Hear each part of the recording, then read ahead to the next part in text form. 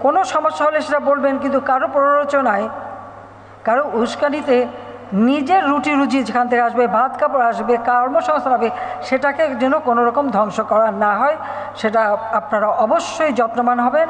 আর মালিকদেরও বলবো যে আপনারাও আপনাদের বিলাসিতার কিছু অংশ ছেড়ে দিয়ে শ্রমিকদের কল্যাণে দেখবেন।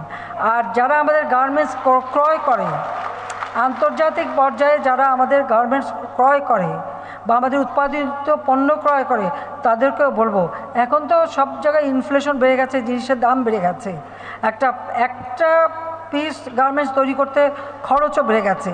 তো সেটা বিবেচনা করে যারা বায়ার, তারা যদি একটু মূল্যটা বাড়িয়ে দেয়, তাহলে আমি মালিকদের উপরে আরও চাপ দিতে পারি আমাদের শ্রমিকদের সুবিধা দেওয়ার জন্য।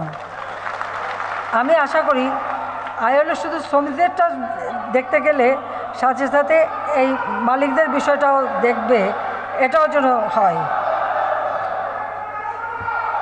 আমাদের কর্মক্ষেত্রে পৃথিবীর অনেক দেশে আছে, অনেক উন্নত দেশেও নারীরা কিন্তু সমমজুরি পায় না, বাংলাদেশে নারীরা সমান মজুরি পায়। আজকে আমাদের কর্মজীবীর সংখ্যা মহিলাদের 43.41 ভাগে বৃদ্ধি পেয়েছে, যা ছিল মাত্র 22.81 ভাগ।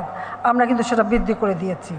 এখন মেয়েরা সর্বক্ষেত্রে কাজ করতে পারে, সেই সুযোগ আমরা সৃষ্টি করে দিয়েছি। তাদের নিরাপত্তার ব্যবস্থা আমরা করেছি। সেই সাথে আমাদের যেমন গার্মেন্টসের মেয়েদের থাকার জন্য ডরমেটরি তৈরি করে দেওয়া, তাদের জন্য হোস্টেলের ব্যবস্থা, শ্রমজীবী কর্মজীবী মেয়েদের হোস্টেলের ব্যবস্থা, তাদের নিরাপদ আবাসনের ব্যবস্থা, সেটা আমরা শুধু ঢাকা শহর না, পর্যায়ক্রমে প্রত্যেকটা বিভাগ জেলা পর্যায় পর্যন্ত আমরা তৈরি করে দিচ্ছি। আর দক্ষতা উন্নয়নে যাতে তাদের ভালোভাবে ট্রেনিং পায়, সে ব্যবস্থা আমরা করেছি।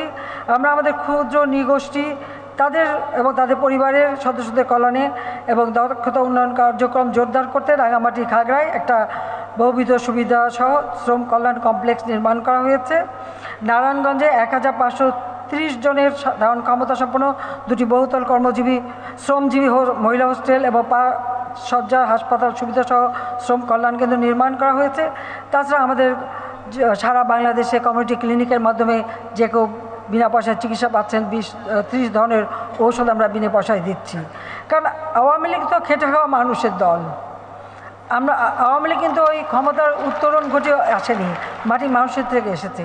কাজে আমরা আমাদের দেশের মানুষের জন্য এই কাজ করি। আইএলওর কনভেনশন যতগুলি জাতির পিতা বঙ্গবন্ধু করে গিয়েছিলেন, এরপরে বাকি যতগুলি কনভেনশন এবং প্রোটোকল আওয়ামী লীগ ক্ষমতায় এসে সেগুলি আমরা সই করেছি। এটা কিন্তু আমরা করেছি, এমনকি আমেরিকাও কিন্তু করে নাই, যদিও তারা প্রশ্ন ওঠে আমাদের কাছে শ্রমিকের কল্যাণ। আমি যদি জিজ্ঞেস করি যে তারা কয়টা আইএলও কনভেনশন বা প্রোটোকল সই করেছে, তারা বোধহয় জবাব দিতে পারবে না। খুব বেশি হলে বোধহয় 2টো করেছে, তার বেশি না।